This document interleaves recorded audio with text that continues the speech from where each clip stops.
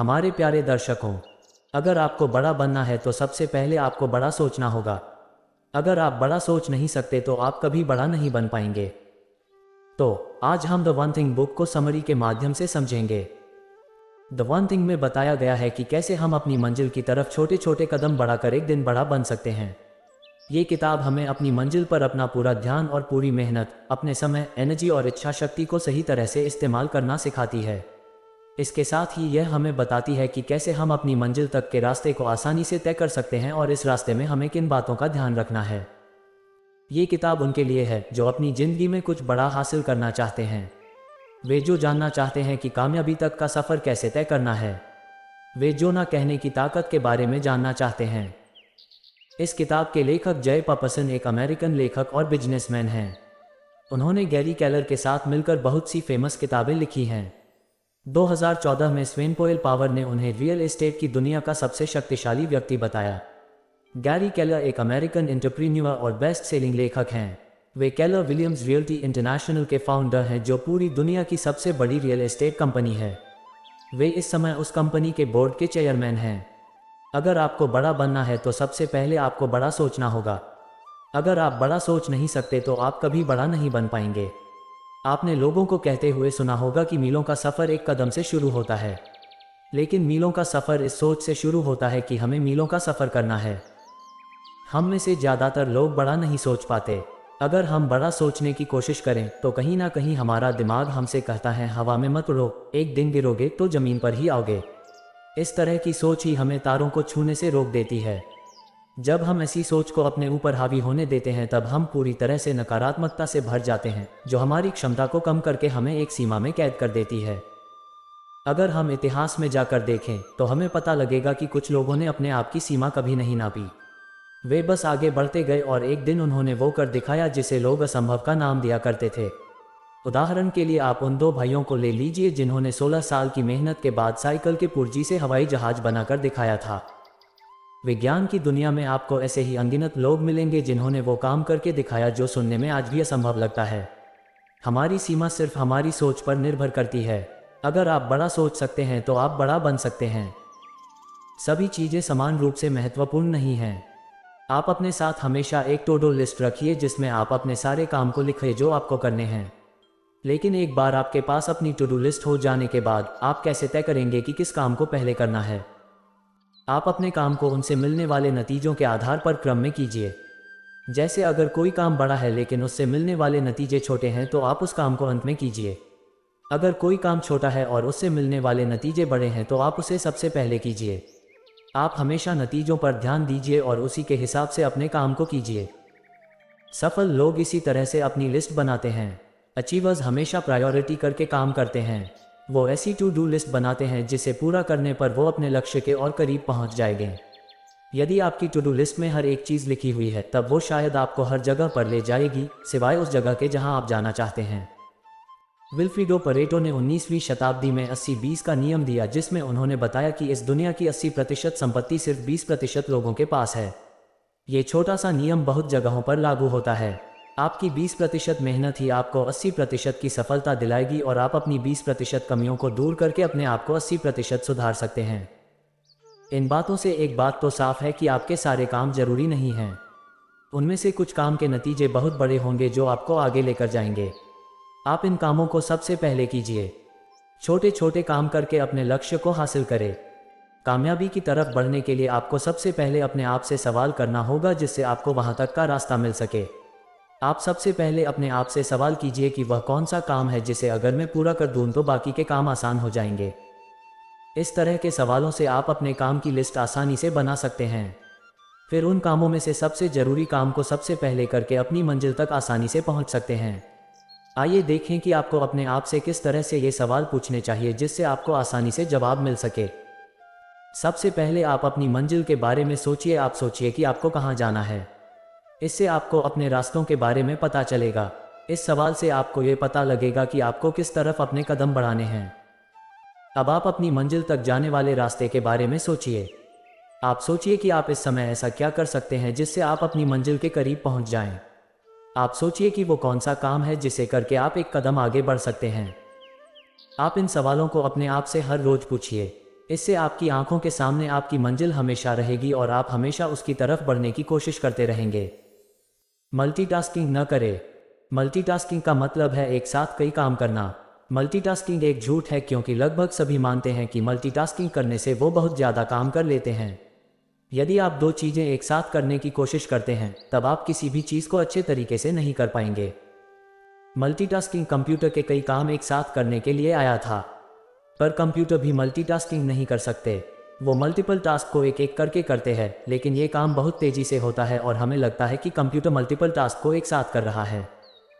लोग एक साथ दो या ज़्यादा काम कर सकते हैं, जैसे टहलना और बातें करना, परंतु हम एक साथ दो चीज़ों पर फोकस नहीं कर सकते। हमारा ध्यान आगे पीछे होता रहता है।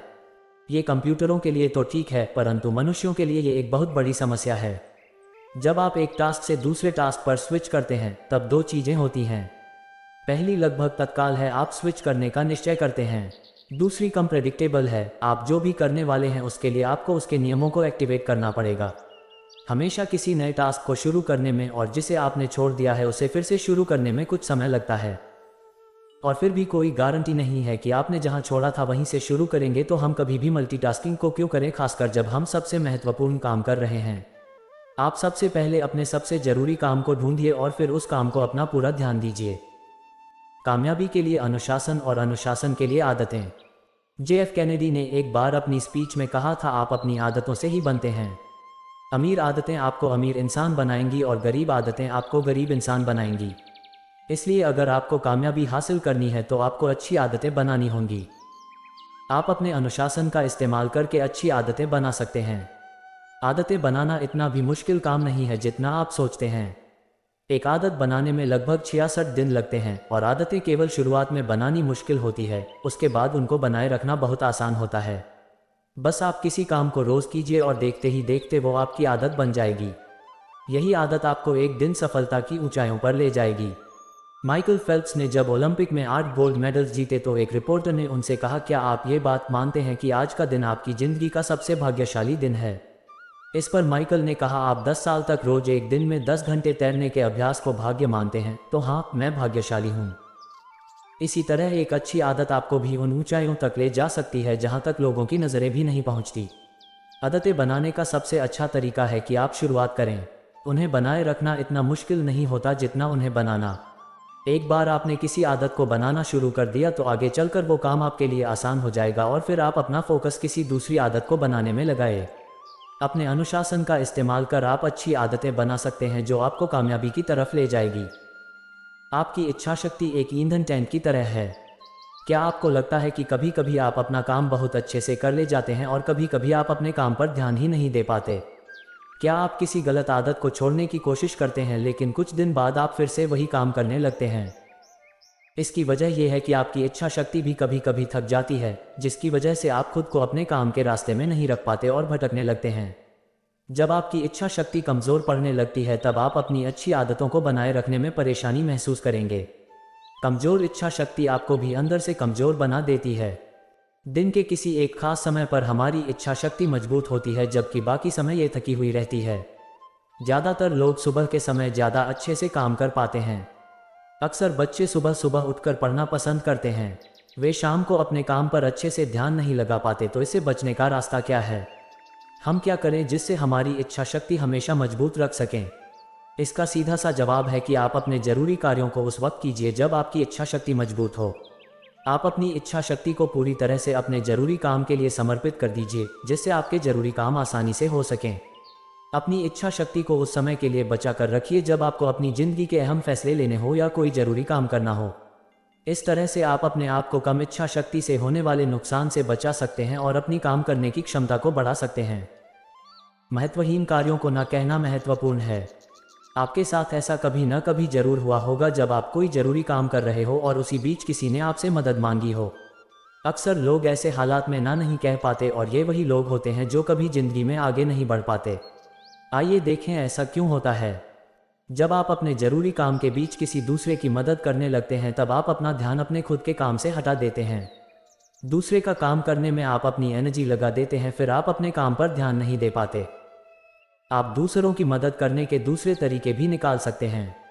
जैसे आप उन्हें ब्रीफ में बता सकते हैं कि कैसे वे खुद उस काम को पूरा कर सकते हैं, या फिर आप उन्हें किसी ऐसे दूसरे व्यक्ति के पास भेज सकते हैं जो उसकी मदद कर सके। आप दूसरों की मदद के लिए कुछ ऐसे भी काम पहले से कर सकते हैं जिससे उन्हें आपके पास आने की ज़रूरत ही ना पड़े। जैसे अगर आप कंपनी के मैनेजर हैं और कोई कर्मचारी आपसे कंपनी के बारे में कुछ पूछने आता है, तो आप उसे कंपनी की वेबसाइट पर जाने को कह सकते हैं जहां उसे सारी बातें पता चल जाएं। आपकी ज़िंदगी में आपकी सबसे ज़रूरी दौलत है आपका समय, और अगर आप इसे सही जगह पर खर्च नहीं करेंगे तो आप हमेशा गरीब रहेंगे। समय के साथ ही आपकी एनर्जी भी सीमित है, इसका इस्तेमाल आप सही जगह पर कीजिए। उस काम को ना कहने में बिल्कुल भी मत हिचकिचाइए जो आपके ज़रूरी काम के बीच आए। हालांकि दूसरों की मदद करने से कभी कभी आपका भी फायदा हो सकता है, लेकिन अपना काम छोड़कर दूसरों की मदद करना बिल्कुल भी सही नहीं है। अपने प्रोफेशनल लक्ष्यों के लिए अपने निजी जीवन से कभी समझौता न करें। आपका परिवार ही बुरे वक्त में आपका साथ देता है। आप सारा दिन कहीं भी काम कर लें, लेकिन शाम होने पर या थक जाने पर आप वापस अपने परिवार के पास ही आएंगे, क्योंकि आपको पता है कि वहीं पहुंचकर आपको थोड़ा सुकून मिलेगा। लेकिन अक्सर हम अपने काम के लिए अपने परिवार को भूल जाते हैं। क्या इससे आप खुश रह पाएंगे? भले ही आप एक दिन दुनिया के सबसे शक्तिशाली व्यक्ति बन जाएं, लेकिन अगर आपके पास खुशी बांटने के लिए कोई नहीं होगा तो आपके लिए वो कामयाबी कोई मायने नहीं रखेगी। ऑथर जेम्स पैटरसन कहते हैं, मान लीजिए आप 5 गेंदों को हवा में उछालकर खेल रहे हैं। ये 5 गेंद हैं काम, परिवार, दोस्त, सेहत और नैतिकता। एक दिन आपको पता चलता है कि काम की गेंद रबड़ की है जिसे अगर आप छोड़ दें तो फिर से पकड़ सकते हैं, लेकिन बाकी गेंदें शीशे की हैं जिन्हें छोड़ने पर वे टूट जाएंगे। आप अगर अपने काम को छोड़ दें तो भी आप फिर से शुरुआत कर सकते हैं, लेकिन अपने परिवार और दोस्तों को खोने के बाद आप कभी उन्हें वापस नहीं पा सकेंगे। इसलिए ये ज़रूरी है कि उन्हें आप ज़्यादा अहमियत दें। क्या आपको याद है जब आप अपने काम की लिस्ट बना रहे थे?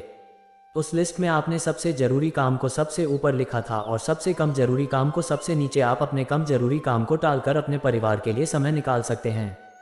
आप उस काम को किसी और को करने के लिए दे सकते हैं, या अगर वो फिलहाल के लिए ज़रूरी नहीं है तो आप उसे अपनी लिस्ट से निकाल भी सकते हैं।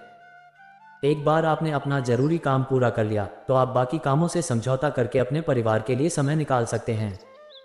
अपना लक्ष्य तय करें और रास्ते में आने वाली रुकावटों से लड़ना सीखिए। पहले ये तय कीजिए कि आपकी मंजिल क्या है, तभी आप उसे पाने के लिए अपने रास्ते बना पाएंगे। अगर आपको पता नहीं होगा कि आपको कहाँ जाना है तो जाहिर सी बात है आप रास्ते में यूं ही भटकते रहेंगे। आपके दिमाग में ये सवाल जरूर आएगा कि आखिर आप चल ही क्यों रहे हैं। हर रोज सुबह उठने पर आप शायद अपने आप से ये सवाल सारा दिन पूछते रहें कि आज आपको क्या करना है, लेकिन आपको कोई जवाब नहीं मिलेगा। आप बस सांसें लेंगे, लेकिन आपकी ज़िंदगी का कोई मकसद नहीं होगा।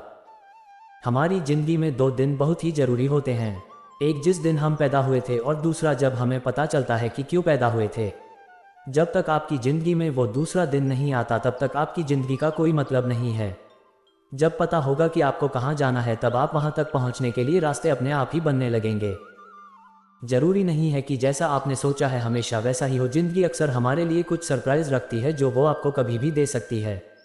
कभी कभी ऐसा हो सकता है कि जब आप अपना कोई ज़रूरी काम कर रहे हों तब बाकी जगहों पर अव्यवस्था फैल जाए। तो आप इससे कैसे सुलझाएंगे? सीधे शब्दों में, मत सुलझाइए। आप सबसे पहले अपने सबसे ज़रूरी काम पर ध्यान दीजिए। इस बीच अगर कहीं अव्यवस्था फैल रही है तो उसे फैलने दीजिए। उसके लिए और वक्त आएगा। अगर आप अपना ज़रूरी काम पहले करेंगे तो उसका नतीजा आपकी ज़िंदगी में आने वाली अव्यवस्था को कम कर देगा। आप अपना ध्यान ज़रूरी काम में लगाएंगे तो आने वाले वक्त में आपकी ज़िंदगी आसान हो जाएगी और आप बाकी की चीज़ों पर ध्यान दे पाएंगे। इस पुस्तक का मुख्य संदेश है, सफलता एक चीज़ पर ध्यान केंद्रित करने से आती है, कई चीज़ों पर नहीं। अपनी एक चीज़ की और काम करते समय उन नुकसानों से बचें जो आपको सफलता प्राप्त करने से रोकते हैं। जाने की अव्यवस्था को कैसे दूर किया जाए और जहां ये वास्तव में मायने रखता है वहां अपना सर्वश्रेष्ठ काम करें। बड़ा सोचने में विफल रहने से आपके अवसर सीमित हो सकते हैं। अपने कार्यों को प्राथमिकता दें, वे सभी समान रूप से महत्वपूर्ण नहीं हैं। मल्टीटास्किंग बेहद खराब है। एक चीज़ चुनें और उसे अपना पूरा ध्यान दें। आपकी इच्छा शक्ति एक ईंधन टैंक की तरह है। ध्यान से चुनें कि आप इसका उपयोग कहाँ करते हैं। अपने प्रोफेशनल लक्ष्यों के लिए अपने निजी जीवन से कभी समझौता न करें। एक टू डू लिस्ट बनाएं। अपने सबसे ज़रूरी कामों को पहचान कर उन्हें सबसे पहले पूरा करने से आप कामयाबी तक के रास्ते को आसानी से तय कर सकते हैं। अपने आप से हमेशा सवाल पूछिए, मेरी मंजिल क्या है? उसकी तरफ बढ़ने के लिए मैं क्या करूं? अपनी मंजिल की तरफ एक और कदम बढ़ा सकूं, इसके लिए क्या करूं? इस तरह के सवाल पूछने से आप हमेशा ही उस मंजिल के एक कदम नज़दीक होते रहेंगे। एक साथ दो काम करना बंद कर दीजिए। जब हम अपना ध्यान एक काम से दूसरे काम में लगाते हैं तो हमें उस काम में पूरा ध्यान लगाने के लिए कुछ समय लगता है। इसलिए एक साथ दो काम करना बंद कीजिए। तो ये थी द वन थिंग बुक की समरी। आशा है आपको पसंद आई होगी। और भी ऐसे ज्ञानवर्धक वीडियोस के लिए चैनल को सब्सक्राइब करें।